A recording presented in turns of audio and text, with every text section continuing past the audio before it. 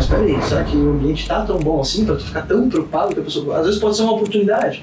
E aí que trouxe a tal da frase, pô, isso aqui pode ser um ponto de inflexão. Daqui, cara, às vezes tu precisa de um grande susto, um trauma, algum grande evento na tua vida ou na vida da empresa, pra ela voltar a dar aquela oxigenada, subir e tal. Eles pensavam assim, pô, a empresa tá fadada, isso aqui. É isso aqui e acabou.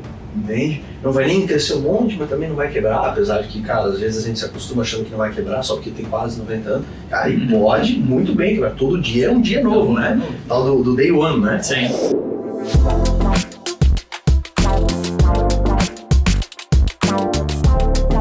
Sejam muito bem-vindos a mais um podcast. Eu sou Eduardo da Luz, sócio e fundador do Universo App. E nesse bate-papo já conversamos bastante. Temos Leonardo, CEO da Linshall. Isso aí. Linshall. Eu e os meus apertos com os nomes alemãos, austríacos agora, também, é isso aí. aqui da região. E Wagner, sejam muito bem-vindos. Leonardo, CEO. Isso aí. Wagner está como diretor financeiro. Isso aí, nosso vulgo CFO. E vai ser legal porque tu vai trazer uma visão de fora. Sim, Tá. é isso aí. Tá há pouco tempo, Tá há pouco mas tempo. já tá bem engajado. Bem turmado, né? Bem turmado, legal. Sejam muito bem-vindos ao nosso bate-papo. Um prazer. Empresa aí, eu não sabia que vocês eram tão grandes, cara. Vocês estavam há Pois é. tanto tempo no mercado. 80, quase não. Quase Aqui 90. tá 80 anos, né? Que o pessoal acabou pesquisando. São pioneiros, né, nesse Na parte de segmento. baú estruturado, inclusive um dos pioneiros dentro da fabricação de sobrechassis também. Aham. Começou muito lá atrás, né? Sim. Começou lá com carroça, com reforma de roda de carroça, aí foi o momento. Engraçado aquela região ali. Pega Menegote, pega o pessoal da Trap, pega todos eles começa. Porque também era o produto da época, né? Sim, é isso aí. Era o que tinha pra fazer, né? Era Não o que tinha tinha, emprego, né? na verdade. Não tinha muito que... Exatamente. Ou tu inventava alguma coisa, mas eu morria de tédio, né? Exatamente. Sejam muito bem-vindos ao nosso podcast. Muito obrigado. Foi no meio de viagem. Tranquilo. Daqui ali nem é uma viagem, né? Não, é bem tranquilo, a gente até saiu cedo, né? Sim. Então, apesar de que assim, a região está um pouco defasada na parte de estrutura de Sim. estradas. Santa Catarina como um todo pega um pouco nisso, né? O Sim. resto é tudo muito bom, mas foi bem tranquilo, assim. Foi bem... Me surpreendeu o Jaraguá, inclusive. Estava muito aquém daquilo que a gente estava imaginando. Esperando um trânsito bem Exato, tenebroso ali, sim. mas foi tranquilo. Eu faço, é o meu caminho da roça, né? Porque a gente tem cliente ali, tem cliente em Blumenau, e tem cliente em Indaial, de Indaial eu Entendi. pego a entrada de Timbó, Aham. a gente tem cliente ali também, e eu desço aqui por dentro, saio em Jaraguá. Isso, como é hoje. É o meu caminho, tem um buraco lá já com o meu nome. Essa região ali. A rota. Legal, vamos conhecer um pouco mais a história. Eu queria que a gente conversou bastante, mas queria que tu contasse um pouquinho mais como tu chegou até a empresa, por que tu assumiu como CEO. E dá pra ver que tu tem já traz uma oxigenação bem diferente. Pode ser, E isso eu posso falar abertamente, porque a gente grava muito com executivos da indústria. E dá pra ver que tu já tem um perfil com uma mentalidade muito mais inovadora Sim, do que a mais grande expansivo, maioria. assim. Exatamente. Então, bom, e o Wagner vem na mesma pegada, inclusive, né? Sim. Então vem nessa mesma oxigenação, é o mesmo estilo de perfil de tocar o negócio também, né? Mas, enfim, como é que se deu a minha entrada lá dentro da empresa, né? Bom, primeiramente, bom dia, né? E muito obrigado por estar cedendo esse espaço também aqui na App. Confesso que fiquei bem surpreso, tá? É o primeiro podcast que eu participo, então se tiver alguma coisa, alguma besteira, algum desleixo aí, bom que dá para cortar. Fica à vontade. Mas te agradeço bastante, é uma oportunidade muito valiosa para nós, para mim, para o Wagner. É uma maneira de expor também um pouquinho daquilo que a gente faz dentro da empresa, compartilhar bastante conhecimento. Tenho certeza que aquilo que tu trazer para nós, Eduardo, também vai agregar muito para o nosso conhecimento, para tocar, às vezes, o nosso universo lá dentro. Assim como tem o universo App, a gente tem o universo Linshall, que está se construindo, né? A gente tem algumas vertentes de negócio, depois eu entro no detalhe, mas te agradeço bastante, tá? É uma felicidade bem grande estar sendo convidado aqui. E pelo seu primeiro também solto, né? Solto. É veio comercial. Isso comercial, né? Já tomou tanta pancada na vida ali no final das contas, né? Clientes mais fáceis, clientes mais tranquilos, mas realmente ajuda bastante, assim, o cara já fica mais... Perfeito. E como foi a entrada lá, né? Então, vou contar um pouquinho ali da minha história, né? Porque eu acho que daí vai casar certinho com o período da minha entrada. Aí depois a gente vai na história da empresa. Eu me considero ainda bem novo, né? Tenho 31 anos. Me mudei em 2012, eu saí de Timbó, sempre morei lá e tudo mais, minha família toda de lá, a empresa inclusive é de lá, a gente tem as 2 plantas lá, tinha uma planta em São Paulo, depois ela foi cedida para um dos sócios, aí vem a tal da história, mas fato é que em 2012 eu acabei saindo, então, da minha zona de conforto, que era Timbó, todos os amigos lá, família, tudo lá, né? Era muito confortável ficar lá. E vim para Joinville para estudar. Acabei me formando como engenheiro automotivo na Universidade Federal de Santa Catarina. Fiz muitas amizades, criei uma história muito bacana aqui em Joinville, e não à toa eu fiquei 10 anos. Então eu fiquei de 2012 até 2022. E por que eu fiquei? Não é que eu demorei 10 anos para me formar, tá? Me formei bem antes disso, mas eu acabei... Se tivesse demorado, eu não ia julgar. Não deu. E assim, curioso também, porque eu não me formei no período certo. Eu aproveitei muito a faculdade, no sentido de fazer bolsa de iniciação científica, projeto de competição. Então, assim, é um negócio que eu recomendo bastante, inclusive foi a dica que eu dei para o meu irmão, né, uma das pessoas que mais amo na vida, porque é um negócio que funcionou muito bem para mim. Né? O projeto de competição, o Fórmula SAE, o Fórmula 100 dentro da universidade, foi um divisor de águas assim, na minha vida. Né? Eu tenho hoje um respeito muito grande pelo que eu construí lá dentro, no Fórmula, porque me ajudou a me formar muito como profissional lá dentro. Né? Eu tive um mentor muito bacana, um cara que também fez diferença na minha vida, que é o professor Modesto Hurtado Ferrer. Eu vou até mandar um podcast para ele depois. Já veio alguma... Cara, outro nível de professor, assim, uma consciência diferente, é um cara com uma mente muito aberta, pensando em negócio, não só aquele negócio da teoria e tu tem que sair daqui aprendendo o que está na... Não, cara, tu tem que aprender aqui, mas para levar para a indústria, para o mercado, etc. E eu digo isso porque foi dentro desse projeto que eu criei a minha vertente comercial, né? Porque no Fórmula SAE, onde a gente tem como propósito desenvolver, projetar, desenvolver e fabricar um carro de competição do tipo Fórmula. É como se fosse um Fórmula 1, mas guardado as devidas proporções, né? Aí vai para uma competição em São Paulo, os melhores se classificam e vão para os Estados Unidos. E a gente criou essa equipe, não tinha essa equipe lá, até tinha, mas era muito incipiente, não rodava bem. E a gente criou um novo time, da qual eu acabei fazendo parte, e a gente trouxe o Modesto, e lá dentro, a nossa primeira grande crise foi assim, beleza, a gente tem um bom time, a gente sabe o que a gente está fazendo, a gente se dedicou a estudar antes de começar a desenvolver, porque normalmente o pessoal entra já querendo fabricar o carro, mas tem que estudar, dinâmica veicular, motores a combustão, toda a dinâmica que o projeto do Fórmula SAE te exige, né? Só que existe um negócio que é extremamente importante em qualquer vertente de negócio, que seja serviço como aqui na Apple, que seja na indústria como na Lindsay, que seja um projeto de competição como no Fórum, que é trazer parceiros, ou vendas, né? Trazer parceiros para injetar dinheiro para tu conseguir construir, né? Porque como é que para construir um carro do zero se tu não tem material, tu não tem o motor, tu não tem a transmissão, a suspensão, não tem nada no final das contas, né? Então a gente tinha que ir a campo e vender o projeto para as empresas. E eu fui demitido, tá? Porque eu não era do marketing, não era do comercial, não era nada. Eu era só um cara lá que estava dentro da parte de projetos, eu era responsável pelo chassi, pelo frame, que a gente chama dentro do Fórmula. E fomos eu, o capitão, e o capitão, no caso, era o Marco Rosso, e o Rafael Chiemo, que também é um cara muito técnico e amigo meu o resto da vida, assim.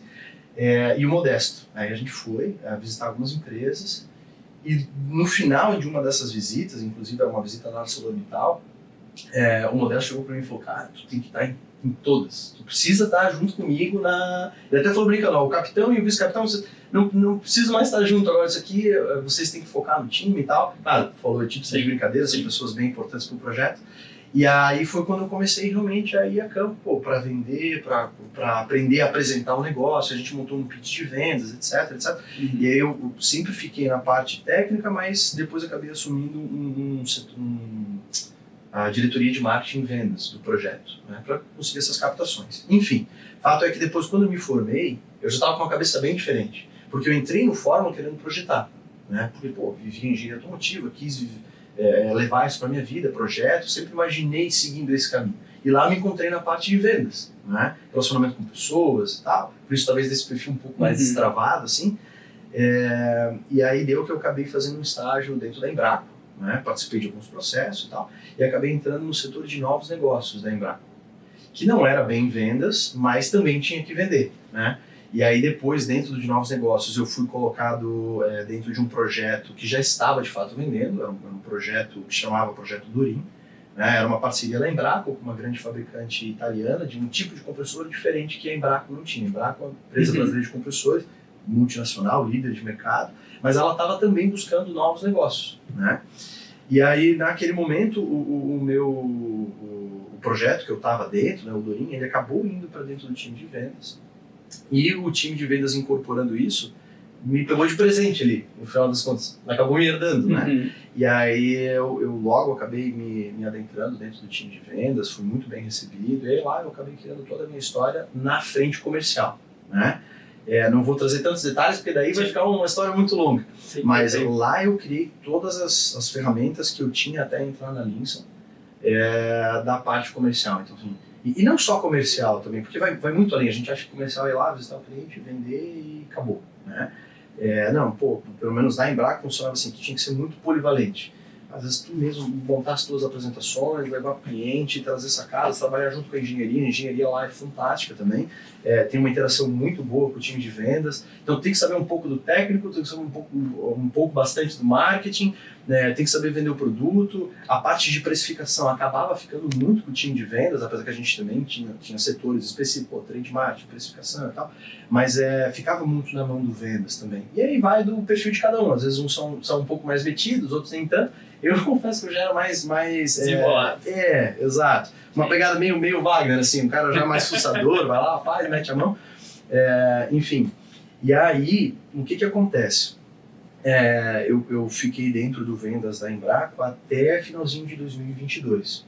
Só que em 20 para 21, início de 20, né, que foi a pandemia chegou no Brasil, acho que março de 20, a empresa acabou adotando o home office. E aí, eu particularmente achei que ia ser, sei lá, 1-2 meses de home office, o que já era muito, né, porque a gente não vivia o home office, né?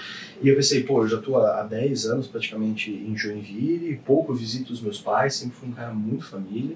Vou aproveitar esse momento para estar um pouco mais lá.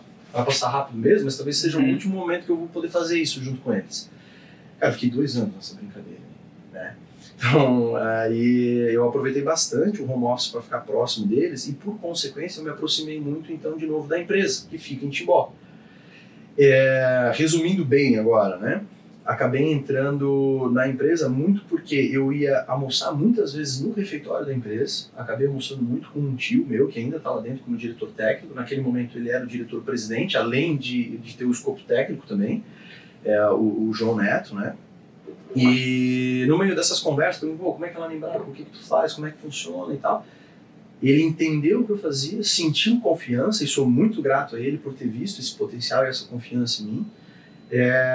E deu que a empresa ela começou a entrar num processo de cisão, que depois eu também te explico melhor, mas que a gente já foi conversando antes, né? E por conta desse processo de cisão, que deu um outro tio meu, que é um agregado da família, não é um Linson, né? Mas ele era diretor comercial, administrativo, financeiro, e por muito tempo também foi presidente. Ele e a mulher estavam saindo, no caso minha tia, né?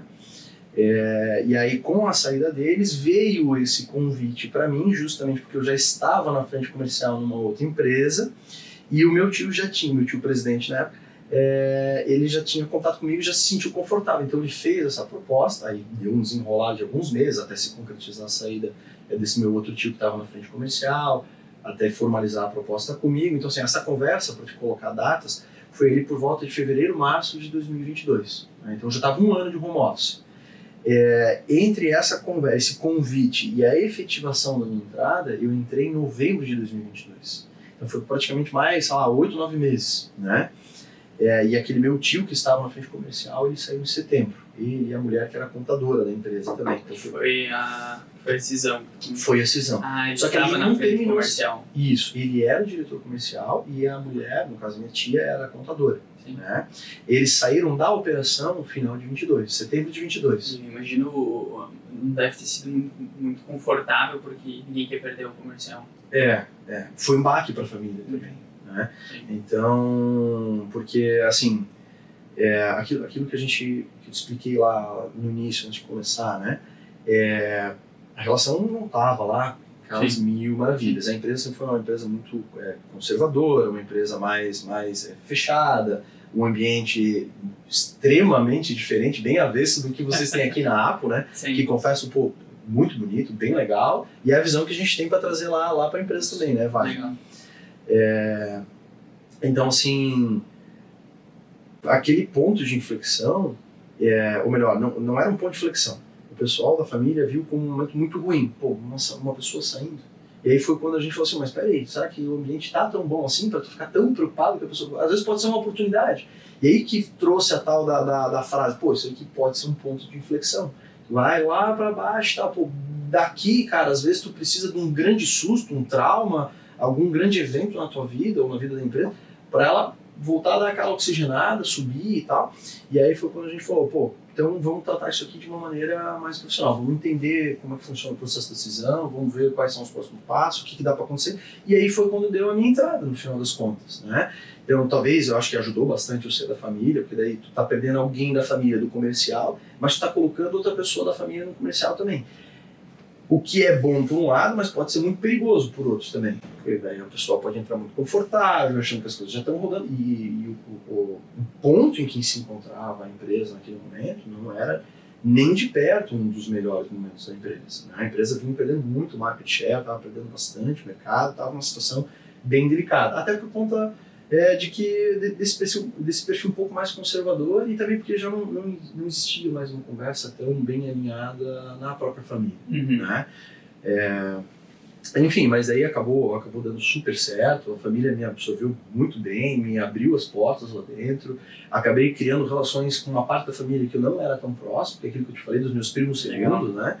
E aqui eu faço uma menção ao Christian, que é um cara que ele é meu padrinho de vida mesmo, mas me apadrinhou muito fortemente dentro da empresa também. Ele ficou um pouco preocupado de início, a gente teve uma conversa antes de eu entrar, e ficou, pô, cara, mas tá sendo um cara da família, e aí já era um problema. Aí a gente vai solucionar o problema colocando outro cara da família, já tem gente demais da família dentro do negócio. Talvez o negócio não vai aguentar mais gente da família aqui, vai se transformar muito pesado, né? Mas depois ele entendeu e tal, eu também obviamente quis defender o meu lado, trouxe algumas exigências da minha parte, tipo assim, ó, eu não vou sair de um negócio onde eu estou criando um baita no futuro, eu estava com uma carreira muito bem desenhada dentro da Embraco, né? Não quer dizer que eu ia ter minha vida toda lá, mas pô, era um negócio que me supria muito bem em termos de desafio, de conhecimento, eu estava constantemente aprendendo, eu estava com tesão de trabalhar lá, né? E eu queria levar esse mesmo tesão para dentro da empresa da família e por isso eu falei, ó, eu não posso deixar que vocês fiquem me podando. Às vezes vai ter ideia idiota, faz parte do processo. Sim. Só que vocês precisam deixar às vezes acontecer. E é uma dinâmica que a gente está trazendo muito até para o próprio Wagner. E eu às vezes me policio com isso também. Pô, Wagner, tu tem um perfil extremamente acelerado, um cara rápido, mas sobretudo correto, um cara muito responsável. E, cara, a empresa tem que entrar no teu ritmo e não tu entrar no ritmo da empresa. Senão não faz sentido a gente trazer uma pessoa diferente. Mas sabe que geralmente é o contrário, que abafa, né? Vai abafando. Sim, é uma pressão muito grande, né? E a gente cometeu esse erro, puxando essa analogia, misturando times de vendas com times de operação. Geralmente o time de operação é muito maior que o time de vendas. E a gente não queria matar essa pujança. Sim. Porque a gente fala, a gente é do digital.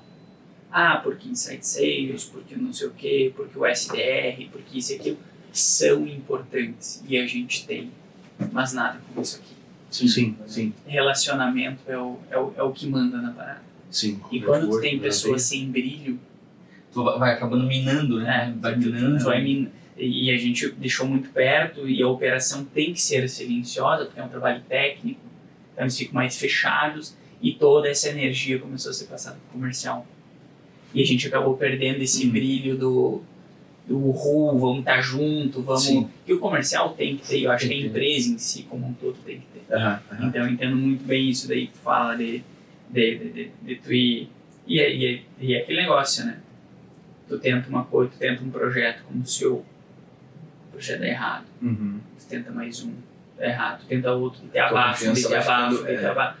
Vai tu mesmo podando, vai. Sim, tu mesmo vai se podando depois. Exatamente. Tu começa a pensar, pô, mas será que realmente sou tudo aquilo, né? Claro, ninguém quer ser soberano, mas começa a duvidar daquilo que tu mesmo está promovendo, né? Das ideias que tu está trazendo. E isso vai te fazendo, te podar a ideia lá no campo das ideias mesmo. Tu acaba nem promovendo, mas, pô, nem vou levantar essa ideia, não vou trazer isso pro time, porque não vai dar certo. E como foi essa estratégia? Porque querendo não saiu da Embraco. A Embraco é uma empresa que que investe para o negócio acontecer. Sim. Né? Então, e tu quer uma realidade diferente. Numa empresa bem mais conservadora. Conservadora, que tu comentou que não estava na melhor fase e tudo mais. Como que foi essa transição? Porque daí ali era mais justa as coisas, né? Sim, bem mais justo, né? Pô, a Embraco, ela constantemente está investindo, não à toa agora, recentemente, falou em mais 760 milhões, se não me falha a memória, 760 milhões numa nova empresa lá na Índia. Então, assim, isso faz parte do core da empresa, né? Se foca em inovação, em competitividade e tudo mais, mas ela é uma empresa que se vê, ou ela faz isso ou ela morre, porque ela está brigando no mercado já mundial, commodity na veia, e tu tá brigando com os chineses. Cara, quando tu briga com os chineses, tu não briga só com uma empresa, tu tá brigando com o Estado chinês, no final das contas. Né? Então é quase que tu tá brigando, uma briga meio injusta, né? Dinheiro infinito ali, brincando, né? Mas, e aí tu sai dessa realidade para vir com uma empresa extremamente conservadora, tocada pela família, onde nem sistema tá rodando direito, cara, a venda ainda é muito no varejinho, no cara que ainda compra a tua marca, pelo relacionamento que ele tá tendo com a família. Acaba até entrando naquela. Sempre foi assim, não se mete. Não se mete, isso. Acaba entrando nessa parte. Então, cara, isso é bem difícil, assim. E uma coisa que começou a chamar muito a nossa atenção é que, assim, as empresas clientes também estão mudando, também tá entrando uma nova geração. Então, e tinha aquele cliente que comprava muito pelo relacionamento entre famílias. Só que o filho do cara que vem lá, né, claro, ele tem pessoas, não dá pra generalizar, mas tem muita gente profissional, então ele querendo fazer um negócio a mesma mentalidade que eu tentei levar lá pra Linson, que o Wagner tá me ajudando muito a levar isso também, a potencializar, que era de, vamos pensar um novo, vamos matar as ineficiências, vamos ver. Os clientes também estão. Então isso fez com que a empresa começasse a perder alguns clientes que compravam por relacionamento. Então assim, tu já não estava num momento bom. A empresa é extremamente conservadora, tendo que lidar com uma cisão, que só foi terminar lá em 2023. Eu entrei no finalzinho de 2022. E entrei de férias, hein? Depois eu conto. Então assim, bem dizer, eu entrei em janeiro de 23, com um cenário difícil, sem dinheiro, praticamente sem produção, a gente jogando todas as nossas ineficiências para a ponta do preço, né? Ou seja, jogando a minha culpa lá no cliente. Né? E o cliente, cara, o cliente percebe isso. E tu não pode vacilar com o cliente, nunca. Né? Até porque tu não sabe qual que é o futuro, ele é que te paga as contas e ele é que te promove, ou que pode te degradar lá na ponta também.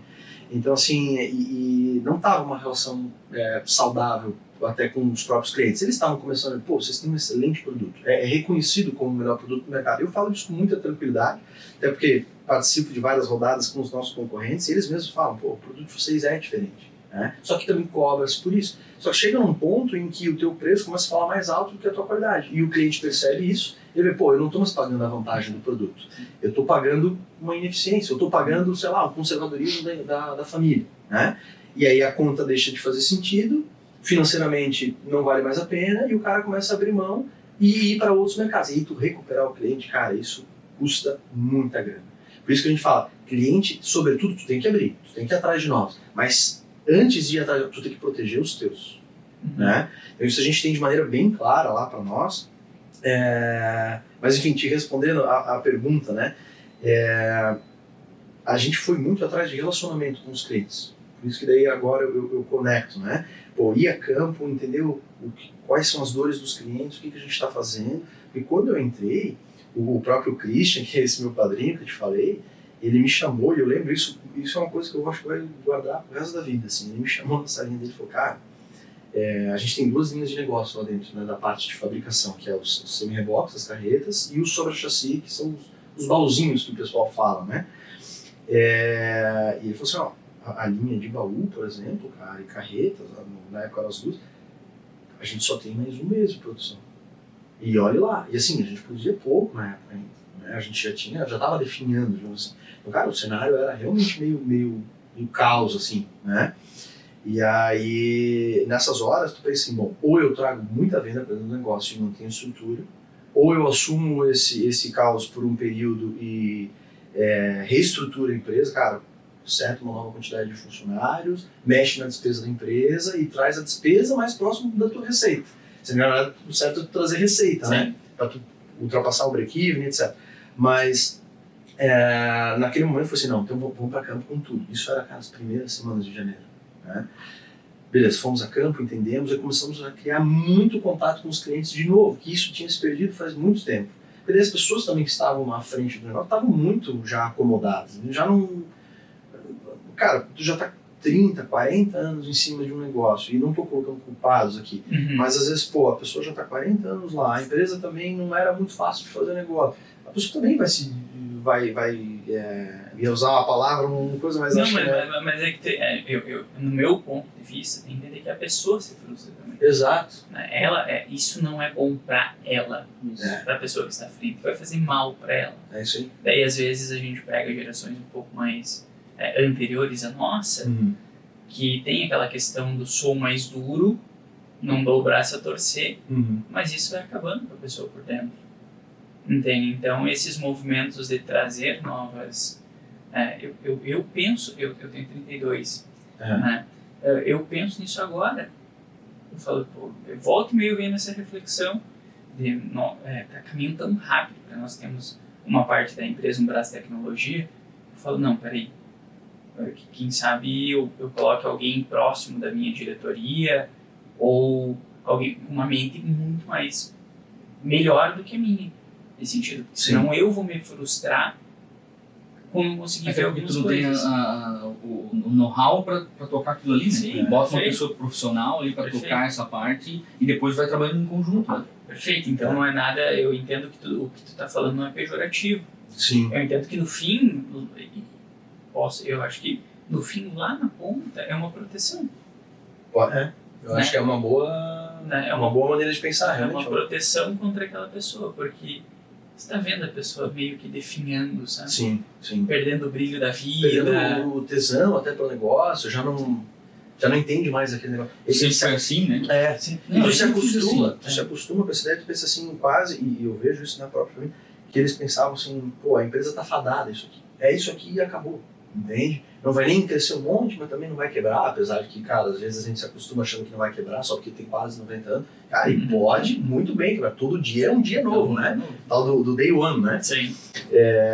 Mas realmente, assim, é complexo. Mas voltando um pouquinho para a história, a gente foi muito ao mercado justamente para voltar a criar esse relacionamento que já não existia mais com os clientes. Isso já por si só fez muita diferença. Cara, a gente foi para Rio Grande do Sul, Santa Catarina, Paraná, que são os nossos 3 maiores mercados. Nós fomos para São Paulo, a gente foi... enfim, mais esses ali, tiveram outros estados também, mas esses são os principais, assim, onde a gente fez as visitas e começou a dar muito resultado. Só que não simplesmente porque a gente foi lá, começou a criar relacionamento de novo e começou a vender. Não, a gente foi para lá, entendeu exatamente o que está acontecendo no mercado, o que os nossos clientes estão, quais são as dificuldades, quais são as dores, o que eles esperam da nossa marca e por que talvez alguns estão deixando de comprar a nossa marca. A gente já tinha uma ideia do porquê, mas quando tu traz com propriedade a dor do cara lá e às vezes, como eu estava indo na figura quase que de dono lá visitar, o cara acaba se abrindo mais porque ele quer que a tua empresa dê certo. Então lá ele falava sem filtro, de cara, é isso, vocês têm que mexer nisso, vocês estão ficando fora de mercado assim, assado e tal, tem que ter... Então a gente trouxe todo esse feedback que a gente colheu, né? Obviamente não fui só eu, fui o time junto, etc. Tem toda uma galera lá que faz total a diferença. A gente montou um plano de ação focado em quê? Cara, beleza, visitamos, entendemos o mercado, as dores. Olha para o custo e olha para a engenharia, o que dá para fazer?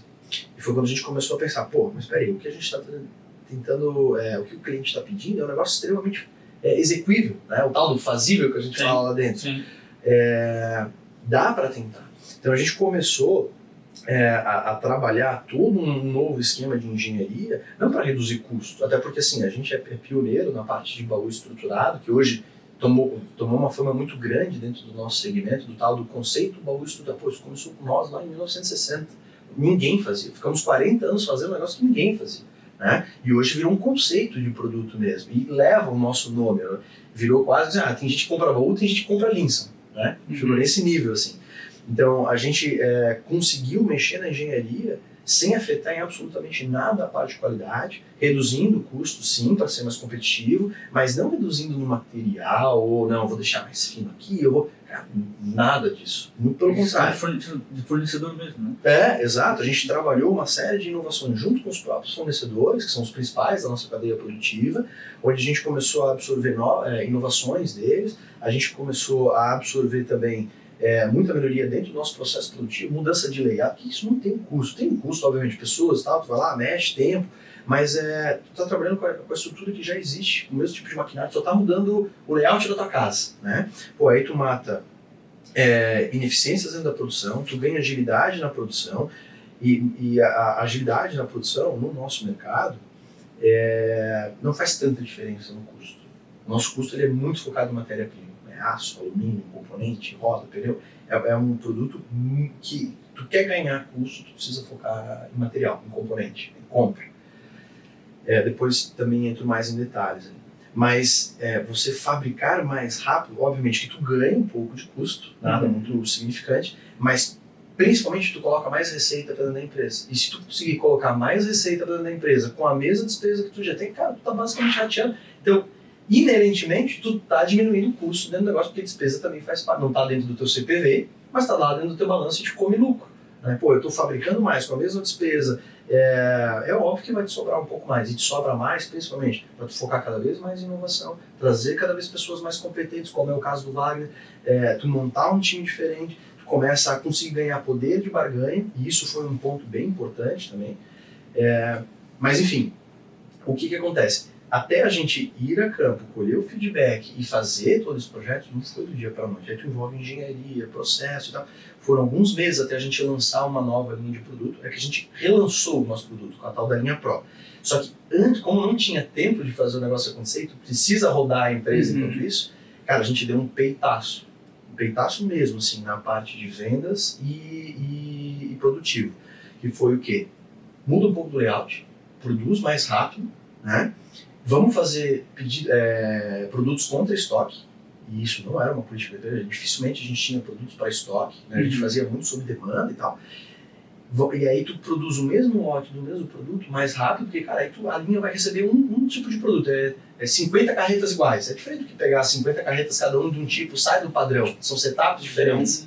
Vira uma empresa cross-docking, que entra e sai, sai. Exatamente. E naquele momento a gente teve que fazer isso por quê? Porque lembra que eu te falei? A gente estava praticamente sem pedido, né? Então, ó, coloca, entendemos lá da visita com o cliente qual que é o nível de preço aceitável, o que dá para fazer, entendemos o nosso custo atual, sem ter essas melhorias ainda. Só que, como eu te falei também, o nosso custo ele está muito concentrado em compras.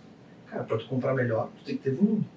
Né? E a gente não era uma empresa de grandes volumes, mas a gente estava se posicionando para isso. Pô, a gente precisa crescer, senão a gente vai ficar para sempre nesse mesmo tipo de mercado que já saturou as pessoas ali. A gente não quer mais isso. A família não queria mais isso.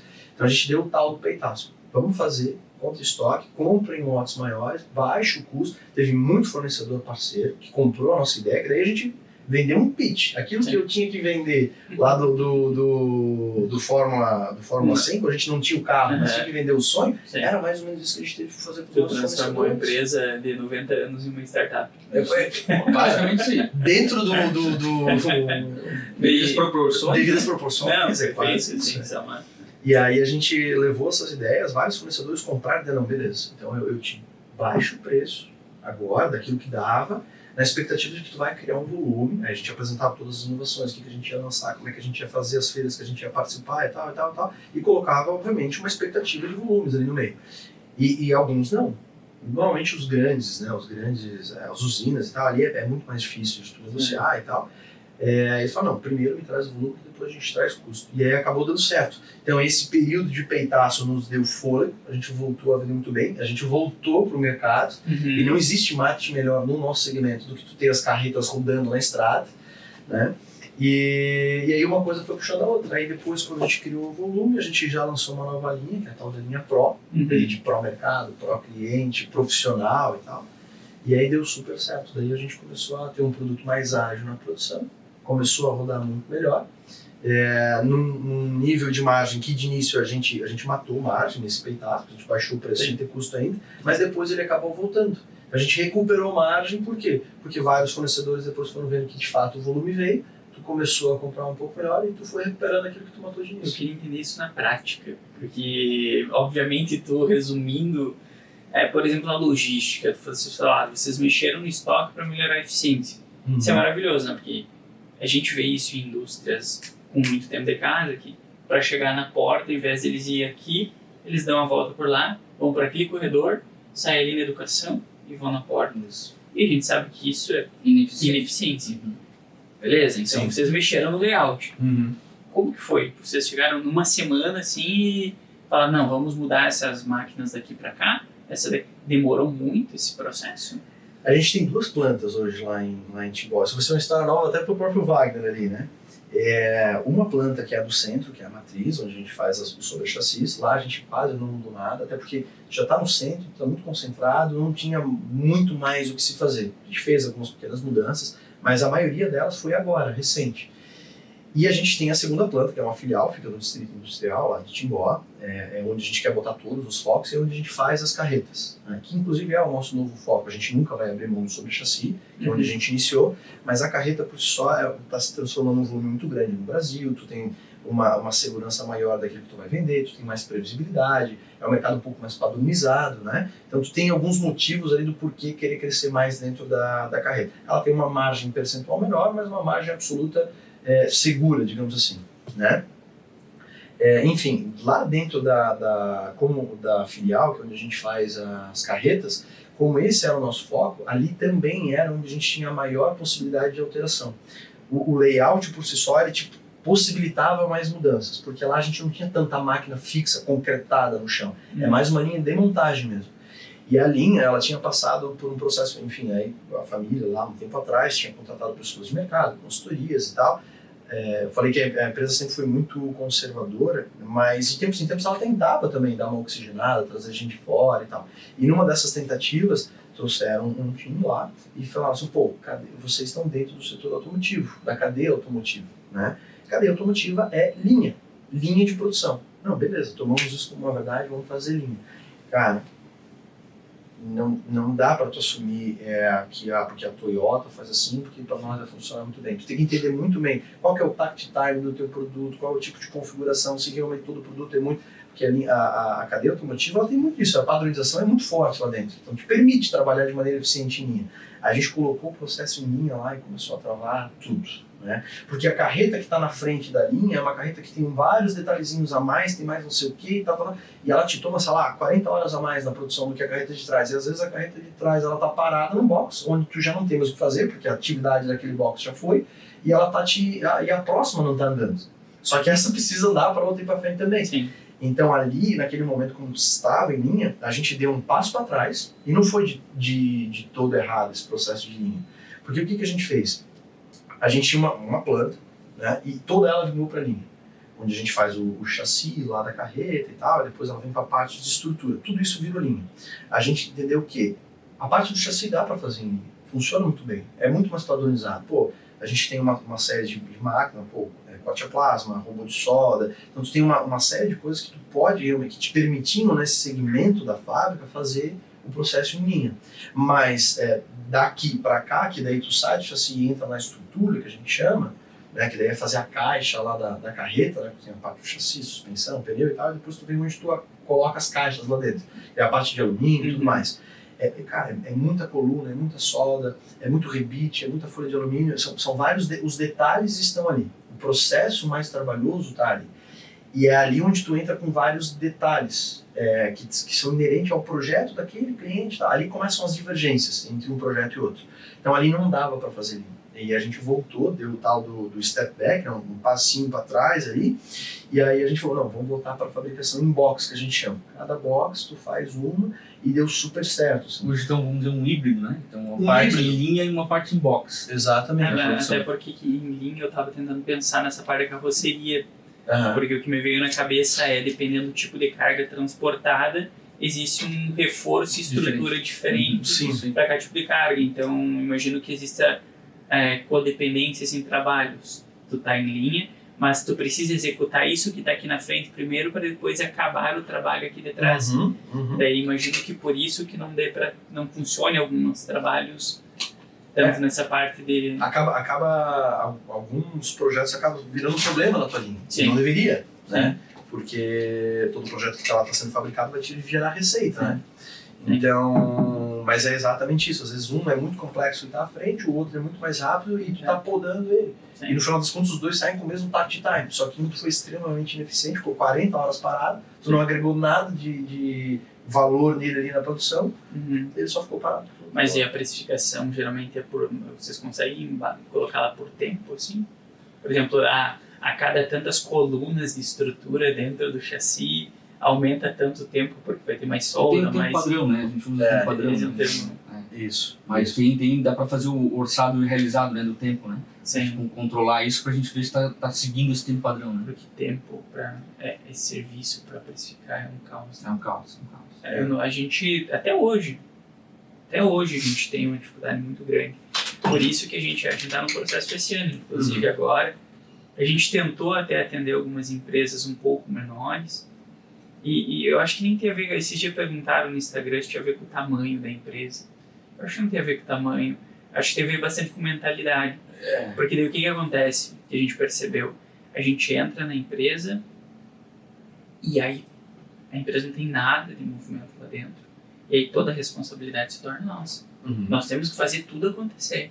100% do projeto, né? 100% do projeto. Porque se a gente não inovar, não, porque o movimento da empresa não está acontecendo porque a empresa não está...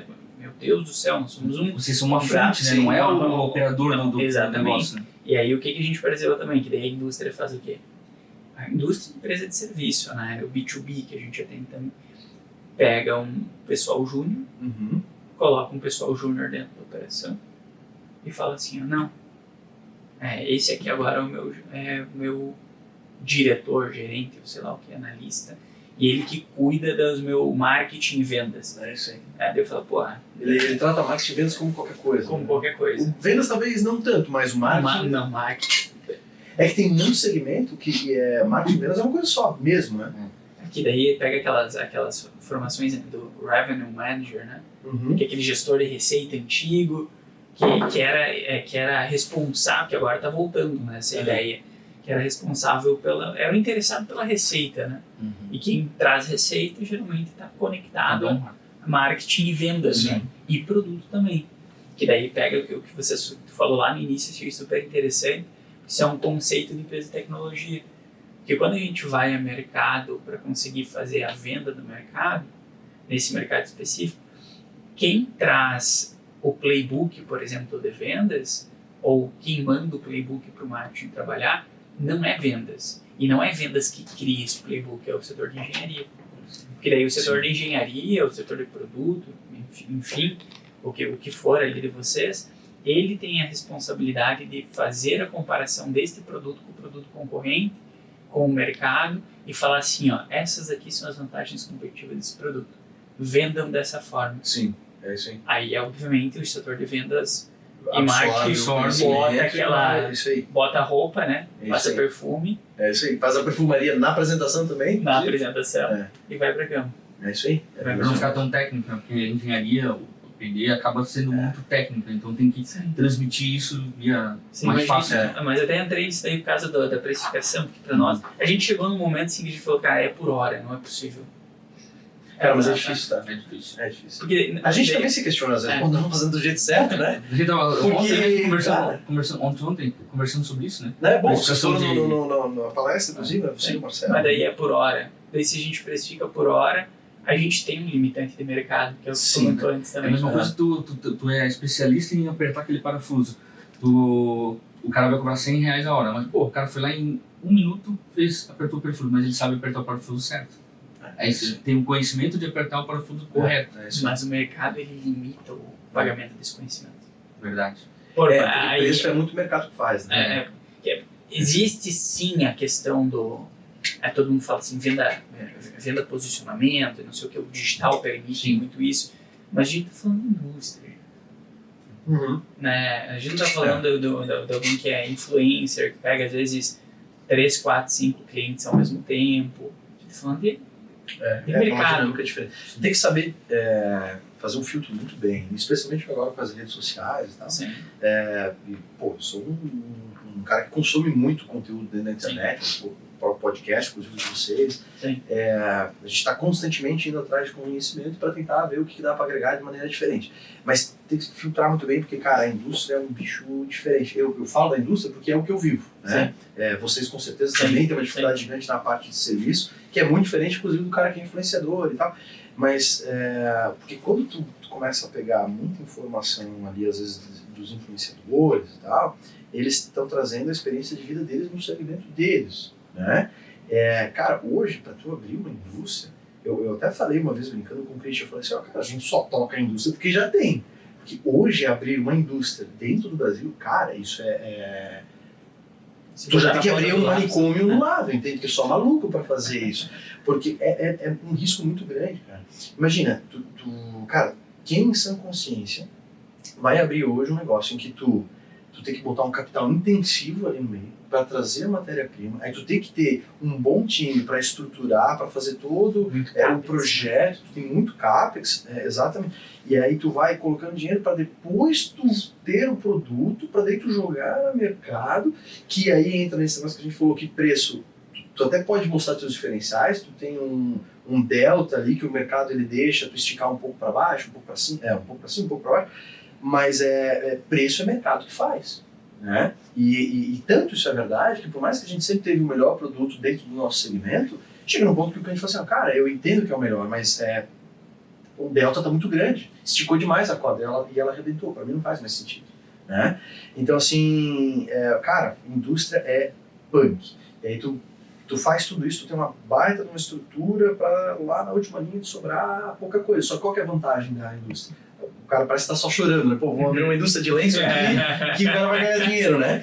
Mas que é verdade. Hoje, se tu pega, por exemplo, o resultado da indústria, cara, a indústria média no Brasil, e para estar dentro da média, tem que ser bom.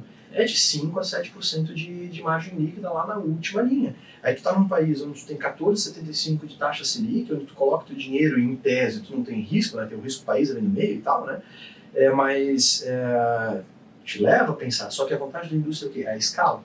Por isso que a gente foi muito nessa linha de, beleza, a gente tem um negócio, já tem indústria, agora vamos fazer dar certo. Né? Lá na Cisão e tal, vamos pensar como foi, vamos fazer o negócio dar certo, vamos colocar gente competente, vamos mudar a cultura, a mentalidade, pessoas foi o principal ponto que a gente atacou, depois a gente pode falar um pouco mais disso, o Wagner pode contribuir muito, porque no final das contas, se tu não tiver escala, tu vai vender pouco fazendo esses mesmos 4, 5%, 6% se tu for um cara um pouco acima.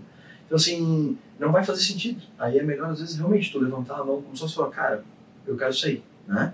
Dá a minha parte, eu aplico, faço outra coisa, mando para um offshore, mando para outro país, né? Vou ser mais seguro. Então, assim, realmente, tu tem que ser meio louco, assim, para mim. Tanto isso é verdade, que hoje, dificilmente tu vê a nova geração abrindo uma indústria. Tu não vê. Tu vê as indústrias comprando outras, criando outros frentes de negócio, porque já tem expertise. Mas a galera que vai lá fala, não, eu vou abrir, cara, tu não vê. Porque o país também não te promove isso, né? Ele não é um país que te projeta para isso. A indústria hoje é 11% do PIB, se não me falha a memória. Então você está falando uma besteira, mas está se tornando, não vou dizer irrelevante, mas, cara, é a indústria quem produz o que a gente compra. Isso daqui veio da indústria, isso aqui e tal. E a gente está num país que isso é complexo, é difícil. Então a gente tem que se renovar, tem que fazer, tu tem que, cara, botar a cara a risco mesmo lá, tentar fazer um negócio, botar um baita de um capital ali na frente, para daí lá na frente tu ver se tu vai vender ou não. Sim. Mas, enfim, vocês, como eu falei, vocês têm a dificuldade, vocês que eu tenho certeza que também não é nem um pouco fácil, vocês têm uma baita de uma estrutura, gente muito competente, do pouco que eu vi aqui já deu, isso ficou bem claro, vocês têm um posicionamento diferente, premium mesmo. E às vezes tu vai competir com o cara que não tem a mesma estrutura, mas o teu cliente vai balizar teu preço, mas o cara lá me faz, tô chutando, me faz R$1.000 o pacote. Mas a entrega é a mesma. Isso. A entrega é a mesma, porque digital, e não é mesmo, entende? Ontem a gente estava discutindo isso, que o pessoal falou assim, mas espera aí, a entrega é a mesma. E eu falei, meu problema nem sempre está na entrega também. Porque o que acontece com o serviço? O serviço ele o problema de empresas de serviço, e eu vejo isso, porque a gente aprendeu muito isso também, é aquele que a gente falou lá do voo de galinha. Porque daí o que acontece? A gente fecha com a empresa, por exemplo, Lunelli, Metal Nox, do Clemencio do Henrique, são nossos clientes, né? E virou cliente, caraca, legal, agora somos amigo. Daí vou lá e entrego um negócio muito bom. Porque serviço envolve o estado de espírito da pessoa. Certo. Sim. Né? E aí tu tem aquele pico de entrega. Só que daí passou 2 meses, isso cai. Por quê? Porque não tem uma estrutura clara de entregas, de processos, de definições, de padrão de qualidade, de treinamento interno, de desenvolvimento de time, de engajamento de time, Ele precisa acompanhar. de contratação de pessoas. Pessoas. Por exemplo, a gente, antigamente a gente contratava, obviamente era início, né? E no início não tinha dinheiro para contratar pessoas com um pouco mais competência. Hoje o nosso time é muito caro.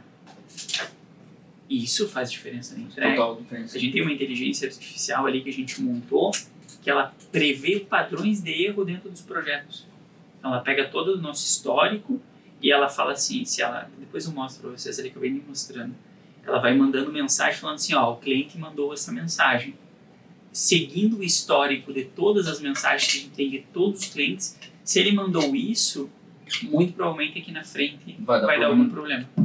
Entendi, ela já sentiu Ela já é uma por uma análise questão de científica, padrão, por uma questão de estatística. padrão estatístico, a gente consegue prever. Então, isso é serviço. Mas aí existem os entrantes do mercado que dizem, não, a gente entrega muito. O problema não está na entrega, volto a dizer, a nossa defesa na parte de serviço, o problema está na consistência. Sim. E o próprio cliente comprar isso, tocar isso em conjunto, não só de largar Aí pra entra empresa. a O cara questão terceiriza por completo e acha que é tua Só que responsabilidade. a né? é tudo, tem que entregar tudo pronto. Não. Isso me dá cara, tu não tem noção quanto isso me deixa. Até eu tenho acompanhamentos, né? Que eu faço minhas conversas com terapeuta. E ela fala, mas é o que eu quero. Às vezes dá vontade de pegar as empresas e dar um chacoalhão assim, e falar, pelo amor de Deus, É só fazer isso aqui junto. faz um pouquinho diferente, vamos dar o benefício da dúvida. Isso. Sim. Testa, Crescimento é desconfortável, que é o nosso lema que está lá na parede. Testa. Se errou, tá tudo bem. Não cai, não desce igual o Espírito Santo em todo mundo, porque errou. Muda, Tenta só errar muda. pequeno, mas errar faz parte do jogo. Agora tem um teste, né? Tem uma pesquisa de Harvard que a gente trouxe uma das imersões, isso de 2022 ou 3, não lembro exatamente a data, mas 55% dos testes dentro das empresas deu errado. 55% dos testes. Daí até quando eu apertei isso, um cara brincou na imersão, né? Falou, lá na empresa não tem. Eu falei, não tem porque tu não tá vendo, então. Sim. Né? Então, isso quer dizer que tu não tá medindo, porque a gente tem que quebrar essa mentalidade das pessoas, achar que existe o problema em errar. E não tem problema em errar. Faz parte do contexto, É isso aí. Faz do parte processo de do aprendizado. Na verdade, quando tu começa a não errar, é mais preocupante que tu errar. Que tu não tá testando. Tu não tá testando, tu tá ficando pra trás, e o teu concorrente tá testando de alguma maneira. E tu pode errar às vezes, e vai acontecer, tu vai provavelmente errar mais do que acertar. Sim. Só que às vezes que tu acerta, pode mudar totalmente o jogo.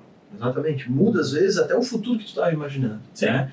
Vou chutar aqui, tá? Não vou dizer que é isso, mas eu entendi da parte de vocês que a Apo Educação iniciou como uma spin-off do negócio. Pô, era um treinamento para clientes e tal, e vocês tocaram o MVP, funcionou e virou um negócio. Sim. Cara, pode ser que isso daqui se torne a tua principal linha de negócio. Para um negócio que iniciou lá, que tu testou. Você entende? Então, assim, e talvez um cara diferente do teu perfil, mais conservador, e que, cara, claro, sem generalizar, né, mas é a grande maioria do pessoal é assim, é mais conservadora, não vai, pô, tá funcionando isso aqui. O que eu vou me meter agora com a educação? Vai dar trabalho. É um negócio, tem gente que ia ficar numa mera, não era o teu negócio, mas uma agência de marketing vai morrer como agência de marketing, entende? Aí o cara não vou olhar a inteligência artificial, não vou olhar a parte de educação, não vou pensar quais são as dores do cliente. Aí, cara... A gente setou desde o início da formação da empresa, eu falava pro pessoal assim, que esquece tráfego pago, esquece design, esquece isso. Pelo amor de Deus, esquece. A gente faz porque é complementar ao que a gente desenha. Sim. Não é esse o foco. Não é a tua estratégia. Exatamente, mas esquece. Sim. É o teu must-have, né? Tá ali, mas... São frações dentro do que a gente quer. Entende? Mas eu falo, gente, vocês têm que entender de mercado. E isso eu falando com eles, né? Eu falei, vocês têm que entender de mercado. O que o mercado manda. Porque daqui a um tempo, isso eu falava quando a gente abriu a empresa. E tá gravado e eles podem confirmar isso. Que vai mudar. Tá evoluindo muito rápido. E nem tinha tão forte inteligência artificial ainda. E agora saiu a notícia do pessoal da OpenAI falando que muito provavelmente daqui a alguns anos, e não muito tempo, né? Porque muito rápido, 95% das entregas de marketing Vai ser inteligência vai ser inteligência artificial. E eu falei, legal. Automatizando o processo, né? Tu já vê, gente da nossa. A gente tá pensando em fazer alguns vídeos lá, a gente já cogita a real ideia de fazer os vídeos, porque normalmente o cara vai lá com um drone, grava inteiro Sim. dentro da empresa. Sim. Cara, hoje tu consegue de maneira muito fidedigna fazer um vídeo totalmente por inteligência artificial. Cara, a Fiesc, né, que é a Federação das Indústrias aqui de Santa Catarina, eles fizeram um vídeo, se não me falha a memória, totalmente eu acho que foi a Fiesc, tá? Que fizeram um vídeo totalmente de inteligência artificial. E, cara, tu não vê a diferença. E é isso que é uma tecnologia que tá no início ainda, né? Só que ela evolui muito rápido. Então, assim, e que bom que vocês estão pensando assim, porque é exatamente a visão que eu tenho certeza que o Wagner também. Cara, o cara que nasceu só para fazer o tráfego pago, o marketing e tal, cara, isso aí vai ser totalmente terceirizado pela inteligência artificial. E o cara, se o cara tiver uma pessoa que sabe utilizar bem, ou seja, perguntar bem, né, pedir bem para a inteligência artificial, o cara vai ter um entregado. A gente tem algumas visões de que vai existir ainda os profissionais. No meu ponto de vista, vão ter que ser profissionais um pouco mais generalistas, né? Porque vão ter que ter essa visão do todo, do mercado, da estratégia. E, graças a Deus, a gente acertou e a gente não lixou tanto naquela época. Indo além um pouquinho, também olhando para o financeiro, na minha área, né? Por exemplo, aquele gestor financeiro que ficava só na cadeira, cuidando dos contas a pagar, contas a receber, acabou. Eu fui contratado para ajudar no vendas. A minha cadeira hoje está dentro do comercial, para ter noção. Ele é um pilar bem mais estratégico. O financeiro está dentro do comercial. Porque tem que ajudar, é um apoio ao financeiro. Quem gira o negócio todo para trazer negócio para dentro da empresa é o comercial. Sabe que, cara, muito boa essa visão. A gente está testando agora a questão do controller. Sim, mas não tinha pensado nisso. Cara, faz total sentido, tá? Total sentido. Ali Assim, estão os negócios. E o resultado é rápido, né? O resultado é assim, ó. O resultado é rápido. Porque o que a gente viu, e a eterna discussão com vendas, né? Eu falei, cara, isso não segue processo, pô. Imagina, a gente não segue, o pessoal tem dificuldade de seguir aqui, imagina numa indústria, né? Caos, né? É bem isso. Daí o que a gente fez? Início de empresa, a gente montou aquele processo do tamanho do mundo, né? Cheio de condicional e eu... Sim, vários cenários, tentando prever tudo mais um pouco. E a gente se achando o cara, né? Falando, caraca, nós somos um bom de processo. Aí a gente foi reduzindo. Resumindo, nossa pipeline deve ter umas 4 fases, sim, né? E realmente é o que funciona. É o que funciona. Controle. Tem que ser objetivo também. Objetivo. Só que daí, mesmo assim, a gente perdia algumas informações. Porque a gente fala, como que a gente fez o processo de construção? A gente identificou o que era a métrica norte. O que a gente quer medir do processo efetivamente? Sim. Pronto, é isso que a gente tem que controlar na pipeline. Mais que isso aqui é buchetagem, não vai servir pra nada. Sim, é isso aí. Sim. Na verdade, só vai te dar trabalho. Só vai te dar trabalho. Não necessariamente vai te dar para algum lugar. Aí a gente agora cogitou a ideia do controller. E a gente falou, então vamos fazer o seguinte, vamos pegar, porque naturalmente alguém que é muito expansivo tem muito mais dificuldade com números. Sim. Aí eu falo meio isso que por inerente, mim. assim. Eu falo isso por mim, assim, eu tenho muita dificuldade. Tanto que eu falo para os diretores das empresas, eu falo, gente, pelo amor de Deus, ajuda o tio aqui e traz bem facinho para mim ver. Por exemplo, pega o Wagner, que vai conseguir olhar os números de cada rabo. Sim. Eu já não vou né? conseguir. Daí eu falo para ele, me traz assim, quanto deveria estar e quanto está. É só isso aí. E aquelas métricas nortes que a gente definiu. Entende? Porque não é o teu core, né? Não é o meu core, exatamente. E eu acho que falta um pouco disso nas pessoas, de admitir as coisas, de ter essa vulnerabilidade. Isso é uma característica muito nossa, inclusive na educação. A gente fala, gente, não tem problema tu não saber das coisas.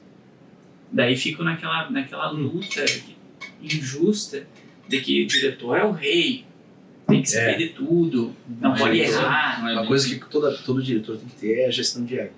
Isso é batata, assim. Sim. E não acontece, principalmente num ambiente muito corporativo. Sim. Mas enfim, pessoal. Sim, não, mas perfeito, não acontece. Não acontece, mas eu acho que é muito referência, né? A gente percebe que as pessoas que vêm, tem alguns de Timbó, depois eu até comento esses cenários aí com vocês, que vêm aqui, que eles falam, cara, que legal, o que tu falou, tu contou ali.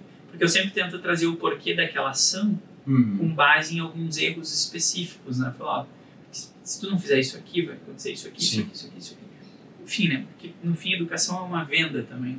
Você tem que vender aquela informação e eu vejo isso de uma forma tão boa que a pessoa vai falar, caraca, realmente, pô, eu tenho que aplicar isso aqui porque senão vai dar BO ali na frente. Então, e o principal chave para nossa foi a vulnerabilidade. Foi eu falar, cara, e é um cacete, assim. E eu já fui uma pessoa muito difícil de lidar na empresa. Entende? Difícil de lidar no sentido de perfil dominante, não meio queria saber, perfeccionista, tem que ser do meu jeito. do meu jeito, não queria explicar 2, 3 vezes, passava uma vez. Aí o problema da comunicação, acaba falando uma vez, a pessoa não entendeu e acaba fazendo errado. Aí tu pega, A pessoa começa a ficar com medo também. Eu vou lá pedir a segunda vez. vai matando a inovação. Isso. Vai tornando um ambiente mais... Sim. Tu vai engessando sem querer engessar. Sim, perfeito. E aí depois tu vai ficar puto, né? Essa é a palavra. Sim. É com o teu próprio time, sendo que na verdade o cara às vezes é o próprio culpa contador. do gestor. E aí vai muito do próprio autoconhecimento, de entender as tuas próprias fragilidades, né? Que tu precisa melhorar. E eu achei muito bacana isso, e dá pra fazer uma analogia com a própria Apo Educação, né? Talvez tu mesmo entendeu que tu precisava mudar um pouquinho alguma coisa em ti, e se transformou num negócio, né? Pô, eu criei tudo isso daqui, mas eu ainda tenho espaço para aprender. Imagina o restante aí. O cliente pode aprender bastante ainda, os meus funcionários podem aprender bastante. O pessoal que vai vir aqui vai aprender com a minha dor, né? Exato. Mas eu já tive... Mas é muita maturidade isso, Sim. tá? De admitir e perceber isso. Eu já tive cliente que, quando a gente falou da educação, que a gente tem alguns projetos com clientes de educação. Porque não é só os meus clientes que precisam da educação. Os clientes de vocês precisam também. Sim. E a gente tem alguns projetos com clientes que a gente leva educação para os seus clientes. Lá pra ponta. Lá cliente pra do ponta. cliente. Exatamente. Nossa, legal também. Nos Bem representantes. diferente. Exatamente. time, né? E A confesso que eu não gente conheci ninguém que fazia algo, pensava dessa a maneira. gente pensa porque se vocês são clientes, a dor não é vocês, a dor é a dor de vocês. Sim. E a dor de vocês Tá é no o cliente. cliente, é isso aí. Entende? Então, o foco no cliente, do cliente, não no cliente. Exatamente. Então a gente olha muito para isso. E aí quando eu fui levar esse projeto a primeira vez para daí a pessoa falou assim para mim, mas eu já tenho a educação do meu time para me preocupar, porque eu vou me preocupar com a educação de outros.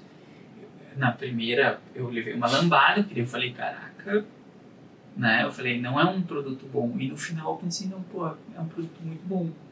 Porque se a gente não tem espaço para atender muita gente, mas se os poucos que a gente atender, o restante tiver com essa mentalidade, existe um espaço de mercado gigantesco para essas empresas posicionar as marcas, por exemplo, de vocês, como uma empresa de educação de ponta.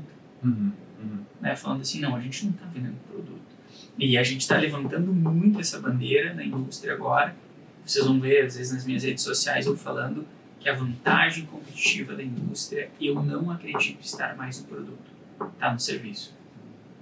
Né? Eu levanto muito essa bandeira porque está no serviço, está na educação, está no que a gente entrega de solução na ponta além.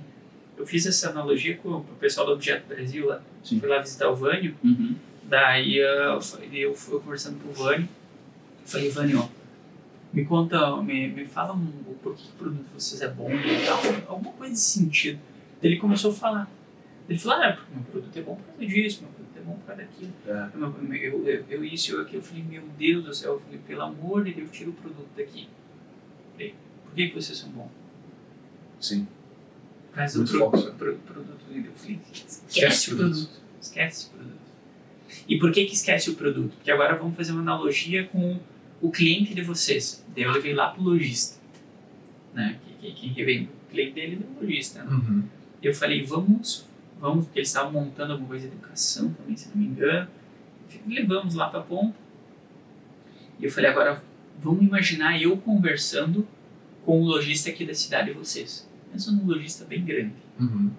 Pensou no lojista. Mentalizou a loja, mentalizou o dono, mentalizei. Agora eu vou conversar com o lojista. E eu vou chegar pro lojista, eu vou começar a falar pro lojista assim, ó. O fio 30 é melhor por causa da elasticidade, da estrutura do algodão, que é feita mais não sei o que, mais não sei o que, porque o conceito da Vitória Secrets, da não sei o que. E tu acha que o lojista vai querer ver isso? Ele não vai se engajar. Não é isso, né? O lojista tem dor de WhatsApp como ferramenta de vendas, dor de estoque, porque ele trabalha muito Isso aí. estocado, ele tem dor de ser o social media da própria empresa. É isso aí. Isso é a dor do lojista, não é o produto. Então por que as indústrias não estão levantando a mão para sanar essas dores como diferencial competitivo? Sim. Entende? Então por isso que a gente focou muito em, não, peraí, indústria é o nosso mundo, mas a dor que a gente tem que resolver é também a do nosso cliente. Sim, sim. É uma maneira bem diferente. Por isso que eu digo, eu acho que eu não tinha ouvido ninguém pensando Não, dessa forma. nessa É um forma baita não. de um diferencial, né? Dessa forma não. É. Tanto que as imersões que a gente tem, até eu tô com elas abertas porque eu estava discutindo Aham. no chat antes aqui, representantes, marketing indústria, liderança, B2B, Legal. e aí a gente entra em supply chain, né, e aí a gente entra em varejo. Varejo. Aqui as principais que a gente vê aqui, varejo, né, para indústria e representantes.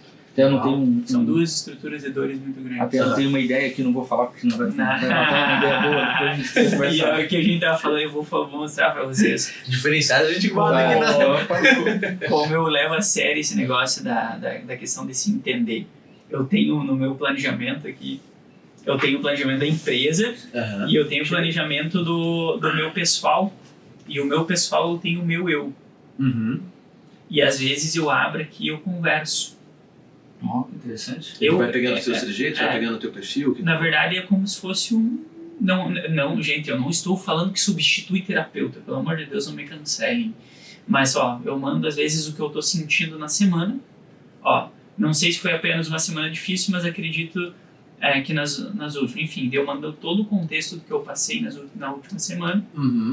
E aí ele vai me ajudando a organizar as ideias Bem legal. do que eu estou Bem legal sentindo, do que eu... Por Sim. que eu senti aquilo. É um a mais junto na terapia, né? Isso aí pode te dar mais esclarecimento na hora de tu levar para um terapeuta, né? Organizando as ideias. Sim. Entende? Porque às vezes a gente fica tão sufocado da semana ou do mês que a gente acaba esquecendo disso. Então, para mim, eu sempre olho para essa questão de, não, peraí, a vantagem competitiva não está mais no que a gente vê muito claramente aqui na frente. Sim. Tá, Sim. tá em se olhar, tá em É a olhar nossa pra dentro. visão com a parte financeira do negócio, né? Trazendo um pouquinho para o nosso universo ali. A gente sente que o pessoal está cada vez mais focando em produto. E a gente tem isso muito ainda, tá? Uhum. É verdade seja dita. Mas a gente está pensando, não é só isso. Sim, Tem que ter. perfeito. Não, Né? Produto é não que ter, estou tem. excluindo o Isso. produto, gente. As Por pessoas favor, não. isso entregar fica algo a claro. mais, né? Entregar Porque daí o cara algo também mais. vai matar, então eu vou entregar qualquer camiseta. Mas isso é muito importante porque no final das contas, e o financeiro, e isso foi uma provocação que o próprio, ele fala de um jeito meio humilde, ele a gente está Sim. pensando, mas quem trouxe foi ele, né, essa visão. E foi uma das coisas que nos fez dar aquele estalo, tipo assim, cara, isso é tão óbvio, como é que ninguém nunca pensou? E tá literalmente na tua frente, que é o quê? A gente quer se transformar num parceiro ainda mais próximo do nosso cliente, não só para vender, cara, tá aqui os diferenciais do meu produto, tá aqui as condições comerciais, mas, qual que é a dor dele, né? Às vezes pode ser a questão de, enfim, trazendo para a linha do financeiro, pode ser a dor dentro de um financiamento, pode ser uma proposta diferente, mas a gente quer ir lá, entender as dores dele, quase que trazendo um diagnóstico, cara, peraí, eu sei que eu sou teu fornecedor de carreta e de sobre-chassi, mas e se eu puder te ajudar com alguma outra coisa, que seja Pegar na linha um do conjunto financeiro, todo, conjunto, se eu puder te auxiliar um pouco aqui no financeiro, se eu puder te dar umas ideias de marketing, se eu puder... A gente está indo e está funcionando bem, sabe? Então, assim... Porque, às vezes, a dor que a gente já viveu, que a gente superou, está em fase de superação, o caminho que tu está seguindo pode ser muito útil para o teu cliente também. E aí ele começa a ver que na verdade, tu cria valor para o teu cliente, não só o produto. E tu não está necessariamente cobrando isso dele. Na verdade, a tua cobrança dele é um negócio extremamente poderoso, mas invisível, como tu mesmo falou, que tu tá aumentando ainda mais o relacionamento do teu cliente, a tua fidelidade, né? Ele começa a te olhar como um parceiro diferente. Só que assim, eu falo isso abertamente porque daí às vezes o concorrente vai pensar, mas então eu vou replicar também. Cara, não é fácil replicar. Tu tem que ter um bom time, tu tem que ter uma visão realmente muito bem organizada, Tu tem que saber qual tipo de solução que tu vai entregar pro teu cliente, e tu tem que saber para qual cliente que tu pode entregar esse tipo de coisa. Porque às vezes tem clientes que são bem fechados e não adianta. Ele vai te achar um saco se tu ficar batendo na porta e pedindo para resolver. Tem cliente que é muito conservador, não vai querer te abrir nada. Tem cliente que é muito mais aberto e Vai te próximo de ti para te entregar, para tu ver, para tu entender e tal. E cara, quanto mais tu vai trabalhando isso, maior o teu nível de relação, e aí a venda vem meio que por consequência também, né? Claro que daí tu, de novo, tu tem que continuar produzindo muito bem, no teu padrão de qualidade, entregando padrão, um preço próximo da realidade de mercado e tal. Isso nunca vai mudar. Sim. Mas o quanto mais fora da tua bolha tu for, de maneira responsável, cara, isso muda o jogo completamente. Eu falei volto a reforçar, vantagem competitiva e não produto ruim. Isso. Né? Então a gente tem que manter produtos bons, mas a vantagem competitiva não está mais no produto. E meu ponto de vista, bem isoladamente também. Né? Então acredito que o produto sim tem que se manter qualidade, produto bom, né? Até porque o produto ruim vai ser de mercado. Sim, exatamente. Passa na peneira. E isso a gente vê muito no nosso mercado. Pô, a gente, com o Linson, a gente está indo para 88 anos, né? Começou lá em 1937 e tal. Sim. Mas a gente só está há quase 90 anos no mercado, e certamente a gente vai superar. A gente tem um plano de se tornar uma empresa centenária, e isso eu tenho certeza que vai acontecer também. Sem ser soberba, mas pô, tu tá montando um bom time, com toda uma estrutura, tu tá sendo um cara responsável, olhando lá pra frente, engajando teus clientes, trazendo o pessoal, cara, não tem como dar errado, né? Então assim, mas a gente só tá nesses quase 90 anos porque a gente soube realmente trabalhar o produto muito bem. E a gente, de fato, quando entregava um produto, não era uma solução para o cliente. E ele via, pô, esse negócio aqui é diferente, né? Eu estou comprando um negócio que está resolvendo a minha vida, eu não tenho mais as dores. O pessoal comprava muito, normalmente, das grandes marcas. Às vezes tem um conceito de produto diferente. A gente veio com uma inovação lá atrás que se perpetua até hoje. E ainda hoje, principalmente, se transformou até com as próprias redes sociais, com a veiculação, com a mídia, etc. O pessoal está entendendo, pô, existe um produto diferente que eu nem sabia. Mas o que eu quero dizer é, a gente focou muito bem no produto por muito tempo, a gente se defendeu dessa maneira e a gente não foi mais um aventureiro que vem ali e aí o cara quer entrar no nosso mercado com um produto mais ou menos e pensando em todas essas ideias inovadoras que a gente está falando aqui. Então eu tenho que ter o produto, é o must-have ali que a gente falou, mas eu vou atacar a parte financeira com ele, eu vou atacar o comercial, vou entregar as outras. Cara, no final das contas, se tu não tem um bom produto, não vai ele vai sustentar. eu não preciso da tua consultoria, eu estou te comprando o produto, a consultoria vem como um pacote ali. Perfeito. Senão não sustenta ao longo do tempo também. Exato. Perfeito. A gente entra muito de volta a dizer, deixando claro que porque a gente está falando de indústrias sérias, de empresas maiores, de empresas que já estão pensando em algo a mais além do produto. Isso, exatamente. Porque sabe que brigar diretamente de produto está muito difícil. Exatamente. Aí tu vai para os diferenciais competitivos que não necessariamente é só produto. Produto. Mas sim, com certeza. E a gente teve por muito tempo uma vontade de ser reconhecido como o maior. Hoje a gente não quer mais isso. A gente quer ser o melhor. A gente quer ter o efeito uau. Eles trouxeram essas ideias para nós, caraca. Né? Porque a gente sabe que o nosso maior poder hoje é a inovação. Sim. Que nós temos internamente também. A gente é muito criativo. Sim. Criar essas ideias, novos canais, novas vias de crescimento, chegar em mercados específicos. E pra gente até encaminhar pro final, como foi essa questão eu conheço Timbó. Timbó, apesar de super charmosa, né, é uma cidade pequena. Ela tem 47, 48 É um gigante. Bem acolhedora. Bem acolhedora também. Agora que eu estou morando lá há pouco tempo, eu posso dizer isso. A gente é o nosso caminho que a gente vai passear às vezes, eu e minha esposa.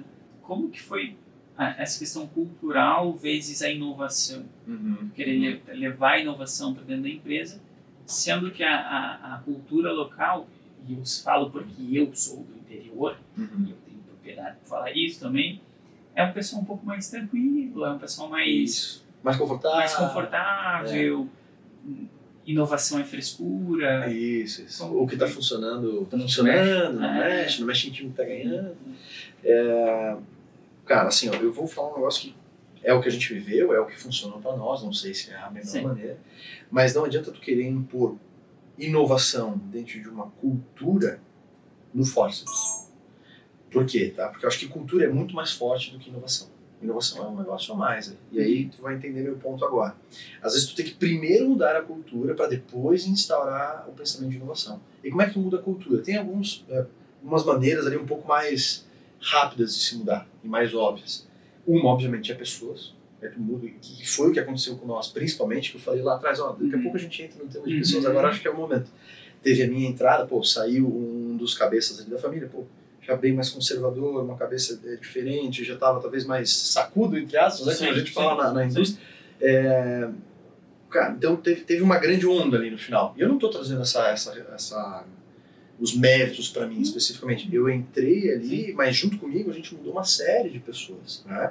E isso porque a família entendeu que, estamos colocando lá o Leonardo. E que fique claro também que eu não entrei como CEO do negócio. Eu me tornei CEO por conta das entregas, da confiança da família, do time bem engajado e tudo mais. Então, meio que eu fui sentando sem querer dentro da cadeira de CEO por conta dessas entregas e tal, porque a gente também mudou cultura. Então, assim, a gente acabou mudando pessoas, por quê? Porque veio uma visão diferente, tu vai entendendo perfis de cada um que está lá dentro do time, a maneira de comportamento e tal.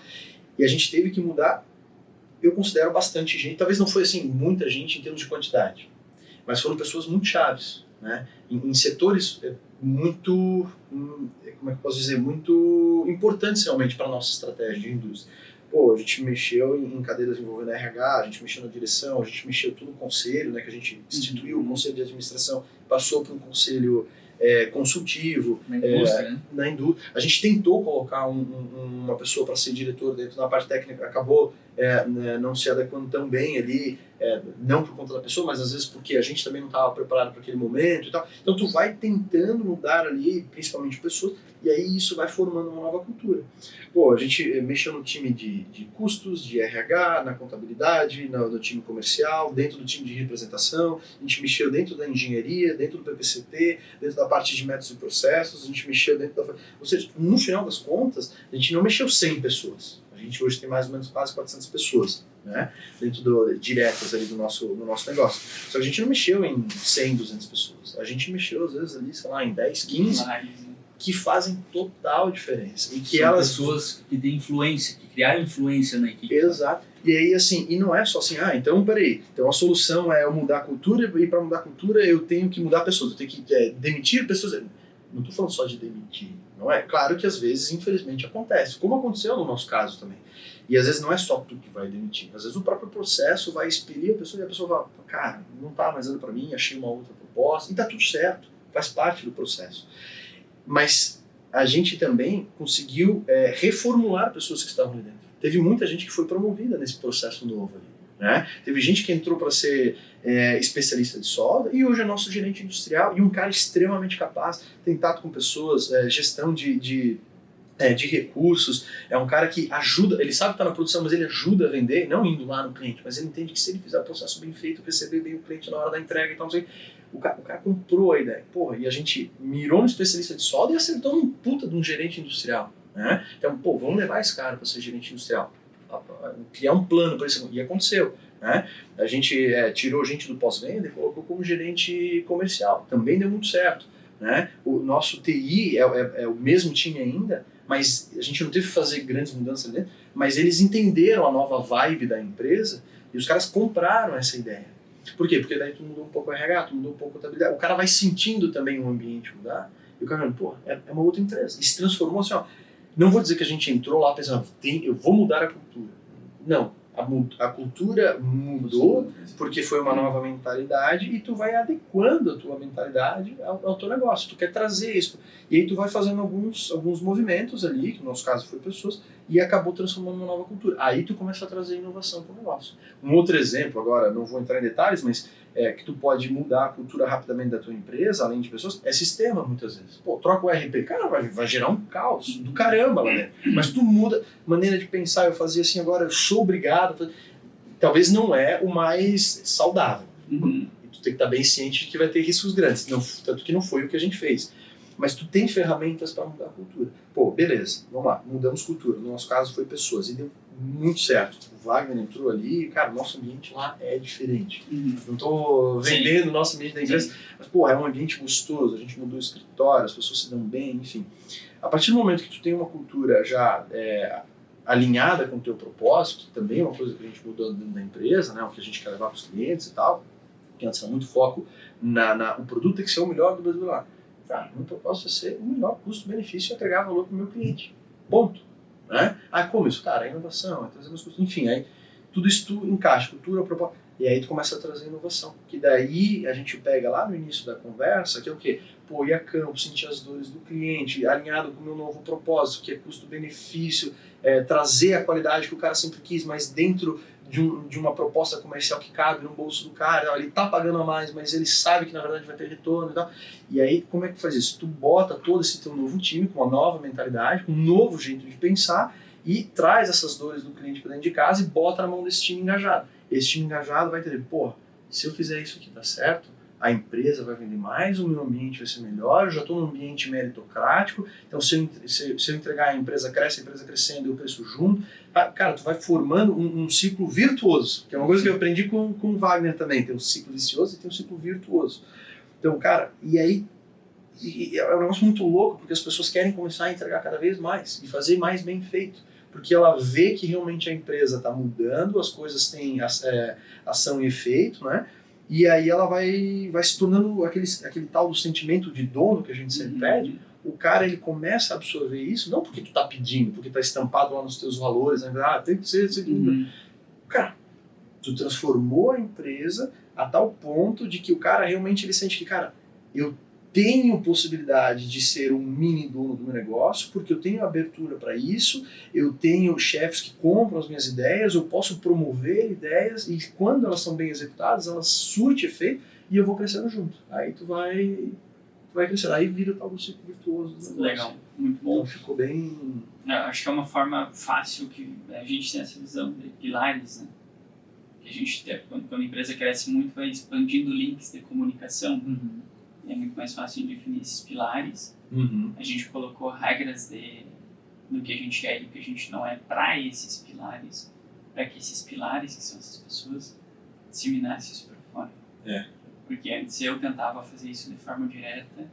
E acaba não tendo tanto... Eu falava difícil, não é fluido. Eu falava um risco lá, do outro lado chegava um Francisco. Isso aí. Né? Então é bem difícil, né? A comunicação é o grande problema das empresas, né? E bom, o Wagner também, ele entra como um cara sendo financeiro, mas um dos grandes diferenciais dele é esse tato com pessoas. Ele entende isso, pô, eu não vou entregar tudo sozinho, eu tenho que ter um bom time, e ele não tá no financeiro, mas ele não tá só o financeiro. Ele está se envolvendo com a parte de controladoria, está se envolvendo com a contabilidade, ele está se envolvendo com a parte do TI, com o RH, com o departamento pessoal.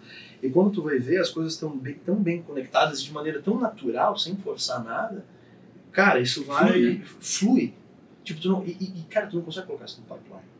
Ele não consegue, não, isso aqui é um processo. Quem diria pensar que o cara do financeiro ia ter tanto contato com a moça do RH? E lá vai. Por quê? Porque ele também está preocupado em que, cara, eu preciso cortar despesas. Mas peraí, cortar não significa só demitir. Talvez eu ter uma baixa rotatividade, eu começo a ganhar despesa, né, a matar a despesa, um produto melhor, eu vendo mais, tenho mais margem. Mas para eu fazer isso, eu tenho que envolver o RH. Aí o RH já entende que... Então a gente tem uma abertura muito bacana hoje dentro da empresa, que funciona muito bem, porque aí que vem um ponto essencial e que eu deixo como dica para qualquer um que eu acho que vai agregar valor, né? Foca em pessoas, cara. Pessoas sempre vai ser o diferencial. Tenha uma boa pessoa dentro do RH, trate pessoas de uma maneira diferente, tenha pessoas boas, todos os teus líderes têm que viver o RH dentro da empresa. Faça eles pertencerem ao negócio, se sentir pertencente ao negócio, né? Não é só o salário no final do mês, no começo do mês, né? É o se sentir pertencente ao negócio. A gente costuma dizer lá dentro da empresa que assim, tem alguns gestores, né? O gestor de compra, o supply chain, lá, o gestor financeiro, o gestor comercial, e assim vai. Mas a gente fala, sobretudo vocês são gestores de gente, vocês cuidam de pessoas, porque se essas pessoas trabalharem bem e se interconectarem com os outros setores de maneira boa, cara, vai dar certo, entende? Então assim, elas têm que entender isso, e principalmente na indústria, ou que nem no caso de vocês, quantas pessoas têm aqui diretamente ligadas a ti? Se elas não tiverem uma boa comunicação, não vai fluir bem, e quem vai sofrer é o teu cliente. Ele passou a dor dele para como tu falou, chega Chico e sai Francisco, Uhum. e aí ele falou, pô, não foi isso que eu pedi. Ah, mas aí começa a achar culpado. Pô, mas eu passei a informação correta, porque o cara lá do funil de vendas não entendeu não sei o quê. Putz, cara, Sim. não... Sim. Aí começa errado e acaba dando errado. Sim. Não tô dizendo que é fácil, tá? A gente se policia direto. E mas- também não é um projeto que exista um fim, né? Não, sempre. É Rotina. cíclico, né? Também. E a É gente isso tem essas discussões aqui. Quando a gente começou a olhar mais para isso, a gente chegou no. Pô, olha que engraçado, né? Porque mês passado a gente sentia que estava aqui, esse mês é uma caída. Uhum. A gente sentiu que saiu algumas pessoas, ou que entrou outras pessoas. Mas E já faz trouxeram sentido só o gente. acompanhar, pra tu ver o ciclo, né? Exatamente. Já faz todo sentido. Sim. Você vai conseguindo correlacionar e E vai... aí entra uma posição também que eu vejo no CEO, né? Que Uhum. é garantir que essa cultura aconteça. Isso é verdade. esse- Perpetuar ela, né? perpetuar ela, transitar entre É isso. entre Faz parte da diretorias. cadeia do CEO, né? Tem Exatamente. que manter a cultura da empresa, né? Exatamente. Ou ajustar pontos, né? Exatamente. Corrigir a rota. O primeiro cara do RH tem que ser o CEO. Assim como o primeiro cara da venda tem que ser o CEO. Ele tem que viver a empresa com tudo. E aí ele passando essa mentalidade para os outros, todo mundo vai ser um pequeno CEO ali dentro do negócio. Sim. E vai ter aquele sentimento de dor. Perfeito, Mas isso perfeito. faz total diferença. Gente, pra gente. Tinha mais blocos aqui, a gente passou, acho, do nosso horário. Muito boa conversa. Muito boa conversa. Eu vou fazer uma pergunta pra cada um, pra gente encerrar. Eu vou fazer uma. Pro Wagner vai ser sobre. Que realmente essa tua mentalidade financeira ela é muito boa. E eu converso isso às vezes com o Christian, que é diretor financeiro aqui. E ontem, inclusive, a gente tomou um café de manhã e eu falei para ele, cara, eu quero. Será que e eu sempre coloco, né, que será que eu estou errado? Ou a minha visão, eu acho que deveria estar mais de trás sai de trás do computador. Vai para operação, vai ver, senta lá com vendas, fica olhando as loucuras deles. Entende? E eu falo, mas não sei também se eu estou sendo errado, né? Contrário. Porque o financeiro tem que ter uma visão um pouquinho mais imparcial também para tomar as decisões difíceis, né? E às vezes decisões difíceis, tu tem um vínculo psicológico com alguém, um vínculo muito afetivo, fica muito mais difícil tomar essa decisão. Então, às vezes eu entro nessas discussões assim com ele, mas eu queria uma visão tua de o que tu vê que é um diretor financeiro para o futuro. Eu acho que muito o CFO do futuro, a gente fala, né? É aquela que foi uma das coisas que eu fui contratado, com certeza, né, Leonardo? É a questão de estar muito na fábrica, de ter uma visão holística, né? Olhar o todo, não só a tua cadeia do financeiro, mas olhar a indústria, ajudar muito a ser apoio, né, da indústria comercial, nem se fala, tá? Muito ajudar a vender, né? Realmente ir a campo. E provocar, né? Provocar. Ir a campo, provocar. Tá, por que tu não conseguiu vender? Por quê? Por quê? Tem os porquê, né? E isso acaba trazendo respostas bacanas pra gente. Inclusive, linhas de financiamento, sei lá, em situações, né? No RH, vou muito no RH, que faz parte do todo, né? Pessoas. Inclusive, normalmente a gente tem aquela visão assim, ó, vendas é o porra louca que quer vender e trazer negócio pra dentro, né? E o financeiro é o cara que puxa a rédea, né? Não, Cara, eu tô empurrando o comercial pra vender. Nesse nível, assim. Mas dando bagagem pra eles venderem, dando mas isso foi o que nos ferramentas. convenceu. Trazendo ferramentas, instigando, porra, mas se não fechou, mas por que não fechou? Não fechou por isso, tá? Mas e se a gente levar isso aqui? Porra, tu vai pensando. E aí, às vezes, as ideias, cara, começa até às vezes com uma ideia meio idiota, mas o negócio vai tomando uma proporção. Eu até falei, ó, eu vou entrar nas reuniões, vou entrar na fábrica, às vezes eu vou fazer pergunta idiota, mas às vezes faz total sentido. Só que para Ou aquela... destrincha para algo maior. Destrincha para outra coisa. Tem uma frase que eu sempre abro as imersões, que é nunca exclua uma coisa por não fazer sentido no momento. Bacana. Sempre, nunca exclua. Porque às vezes não faz Mantém sentido, ali, né? É isso aí. Só porque tu não tem, às vezes, uma informação suficiente para aquilo ali fazer sentido. Mas lá na frente pode Mas lá na fazer sentido. frente pode mudar algum jogo. Por exemplo, conceitos. Se falasse de conceito a minha há um ano atrás, eu acharia balela, não precisa mesmo. E hoje, então, instituindo, né? Sim. Obviamente dentro das nossas condições, da nossa condição financeira para uma governança, a gente está instituindo. E a última pergunta para ti, Leonardo, é se tu pudesse voltar, eu sugiro essa pergunta, vai ficar engraçada para ti, porque tu é novo, Sim. E geralmente eu faço essa pergunta para os diretores das empresas que têm 50, 55 anos, Sim, né? sim. É, Mas- uns 60 é novo ainda. né? 60, sim, 50 geralmente é. Mas se tu pudesse voltar no tempo, não tão lá atrás, né? Porque nem tem como, mas ali com uns 21 anos, mais ou menos, e pudesse dar um conselho para ti daquela época. Você, com a experiência de hoje, pudesse dar um conselho para ti daquela época. Qual seria esse conselho? Uma boa pergunta, bem impactante, né? Acho que me vem algumas coisas na cabeça aqui. Normalmente a primeira que vem eu acho que é a mais importante, né? Então, o que eu imagino, né? Eu acabei fazendo uma faculdade extensa, robusta, fiz um MBA também robusto, daquele método mais antigo e tal. Como tu mesmo falou, é tudo muito recente, né? Com 31 anos eu fiz o meu MBA com 27, 28 para 29, mais ou menos.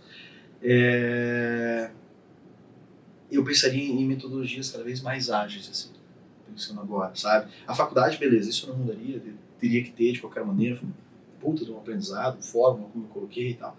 Mas eu pensaria em continuar me desenvolvendo cada vez mais, inclusive naquela época mais ainda do que eu fiz, só que cursos cada vez mais ágeis. E aí meio que já fazendo até uma propaganda para a educação, né? Sim. Aí, e se vender alguma coisa, tu paga uma comissão. Sim, perfeito. Deixa o cupom Léo 10 ali. Cupom Léo 10, né? Porque eu acho que isso, no mundo que a gente está, o quanto mais de informação realmente relevante, rápida e bem mastigada tu absorver, mais rápido tu aplica no negócio, e mais rápido tu testa, talvez nem tudo vai funcionar, mas eu acho que antes tu vai te abrir mais caminhos no final das contas, né? Quanto mais tu testa, mais possibilidades vão vindo, aí tu vai tendo cada vez mais ideias, é o tal do ciclo virtuoso.